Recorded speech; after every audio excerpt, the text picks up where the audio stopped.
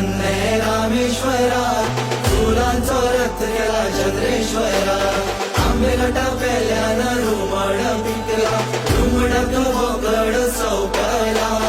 आंबेला टाकल्यानं रुमड पिकला